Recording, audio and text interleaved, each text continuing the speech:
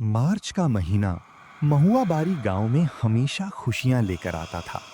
खेतों में गेहूं की सुनहरी बालियां लहलहाती थीं और महुआ के फूलों की मीठी खुशबू पूरे गांव में फैल जाती थी। लेकिन उस साल कुछ अलग था।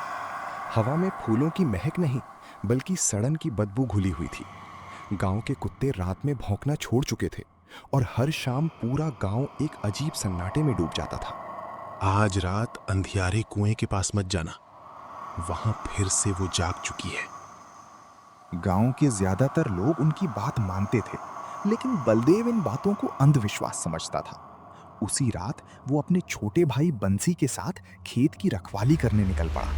उनका खेत उसी पुराने सूखे कुएं के पास था, जिसके बारे में पूरे गांव में डरावनी कहानियां सुनाई जाती थीं।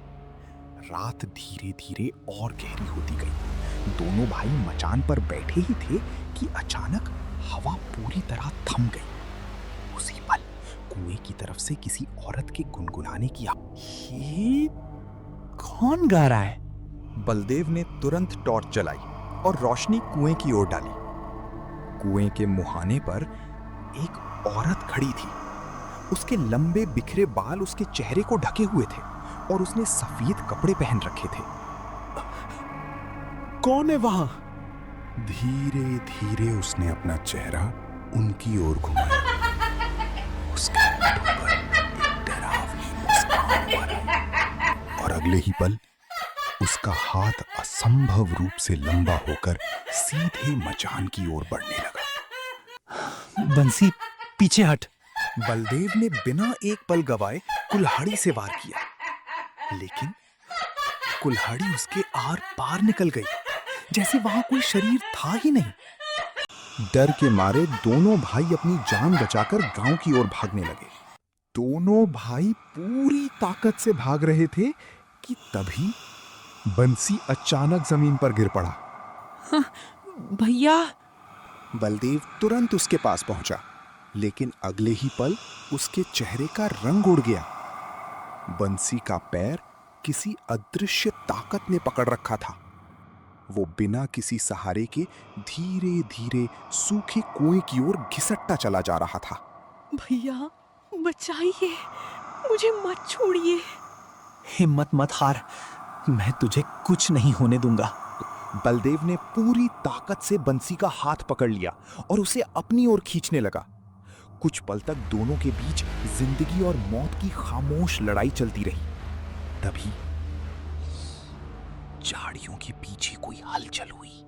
वही सफेद औरत धीरे धीरे अंधेरे से बाहर आई, लेकिन इस बार वो पहले जैसी नहीं थी। उसकी लंबाई 8 फीट से भी ज्यादा हो चुकी थी।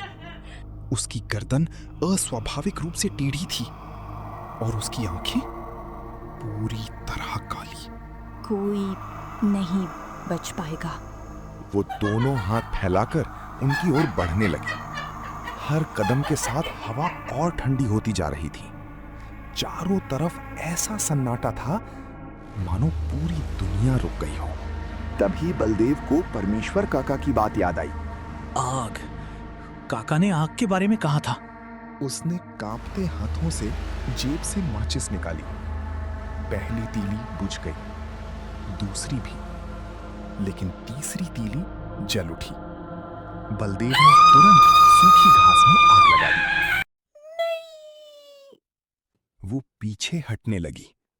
उसका शरीर धुएं की तरह हवा में घुलने लगा। मौका मिलते ही बलदेव ने बंसी को पूरी ताकत से अपनी ओर खींच लिया। इस बार अदृश्य पकड़ टूट चुकी थी। दोनों भाई बिना पीछे देखे गांव की ओर भागे और तब तक नहीं रुके जब तक गांव की पहली चौपाल दिखाई नहीं दे गई। अगली सुबह परमेश्वर काका ने पूरे गांव को बुलाया। उनके चेहरे पर डर साफ दिखाई दे रहा था। जिससे तुम लोग कल रात मिले, वो कोई साधारण आत्मा नहीं थी। आज से ठीक 60 साल पहले जमींदार की बेटी सुलेखा को जिंदा उसी कुएं में धक्का दे दिया गया था। मरते समय उसकी चांदी की पायल उसी कुएं में गिर गई। तभी से हर 60 साल बाद उसकी आत्मा लौटती थी और एक नई बलि मांगती थी। उसे रोकने का सिर्फ एक ही तरीका था, कुएं में उतरकर उसकी पायल वापस लानी होगी। लेकिन जो भी आज तक उस कुएं में उतरा, वो कभी वापस नहीं लौटा। शाम होते ही बलदेव, बंसी और गांव का चौकीदार गजाधर अंधियारे कुएं के पास पहुंच गए। चारों ओर अजीब खामोशी थी, हवा तक जैसे रुक गई थी। बलदेव ने कमर में रस्सी बांधी, एक गहरी सांस ली और धीरे धीरे कुएं के अंदर उतरने लगा। रस्सी मजबूती से पकड़े रहना, कुछ भी हो जाए आवाज देना। अगर मैं पायल लेकर नहीं लौटा तो ये श्राप कभी खत्म नहीं होगा। जैसे जैसे बलदेव नीचे उतरता गया, वैसे वैसे कुएं की ठंड उसकी हड्डियों तक उतरने लगी। दीवारों से टपकता पानी और उनके बीच से आती रोने की धीमी आवाजें उसके दिल की धड़कनें तेज कर रही थीं। कुछ ही देर में उसके पैर कुएं के तल से टकराए। उसने टॉर्च घुमाई और जो देखा, उसे देखकर उसकी सांस अटक गई। पूरा तल इंसानी हड्डियों से भरा पड़ा था। हे भगवान! उसी समय कीचड़ के बीच कुछ चमका। बलदेव सावधानी से आगे बढ़ा। वो चांदी की एक पुरानी पायल थी। शायद यही सुलेखा की पायल थी। उसने कांपते हाथों से उसे उठाया और जैसे ही पायल उसके हाथ में आई, पूरा कुआं जोर से कांप उठा।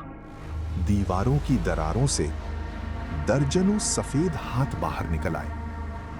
उन्होंने बलदेव के हाथ, पैर और कंधों को कसकर पकड़ लिया। गजाधर, मुझे ऊपर खींचो, जल्दी! ऊपर खड़े गजाधर ने तुरंत लालटेन नीचे झुका दी। जैसे ही उसकी रोशनी उन सफेद हाथों पर पड़ी, वे तड़पने लगे और धीरे धीरे पीछे हट गए। मौका मिलते ही बलदेव ने पायल सीने से लगा ली। पकड़े रहो बलदेव, मैं तुम्हें ऊपर खींच रहा हूं। लेकिन उसी पल कुएं के ऊपर का आसमान अचानक काला पड़ गया। ठंडी हवा का एक तेज झोंका उठा। मेरी पायल वापस करो। अगले ही पल आत्मा ने अपना हाथ बढ़ाया। गजाधर हवा में कई फीट ऊपर उछल गया और उसकी लालटेन हाथ से छूटकर नीचे गिर गई। एक झटके में लालटेन बुझ गई। चारों ओर घना अंधेरा छा गया। अचानक सूखा पड़ा वो कुआं काले बर्फ जैसे ठंडे पानी से भरने लगा। पानी इतनी तेजी से ऊपर उठ रहा था कि बलदेव संभल भी नहीं पाया।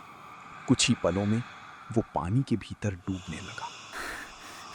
नहीं, कोई मुझे बाहर निकालो।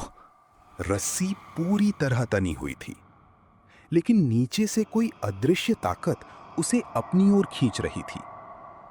बलदेव को पहली बार लगा, शायद आज वो जिंदा बाहर नहीं निकल पाएगा। तभी कुएं के ऊपर एक तेज रोशनी दिखाई दी। परमेश्वर काका हाथ में जलती हुई मशाल लिए वहां पहुंच चुके थे।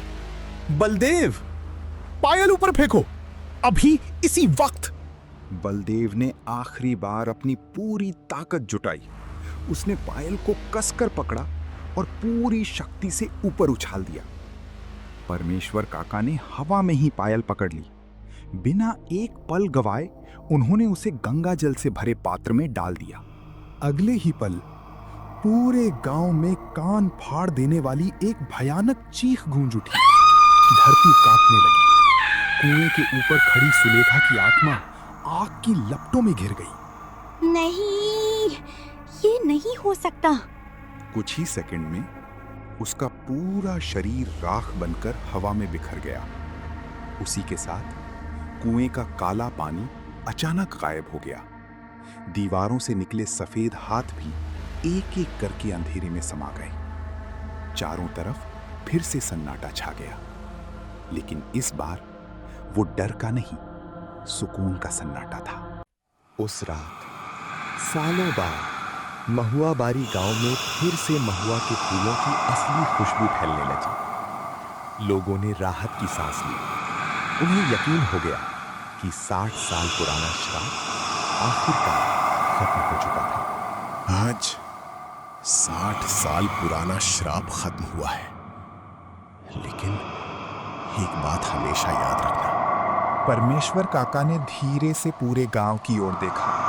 हर गाय की मिट्टी अपने भीतर कुछ ऐसे राज छुपा कर रखती है जिन्हें कभी नहीं जगाना चाहिए।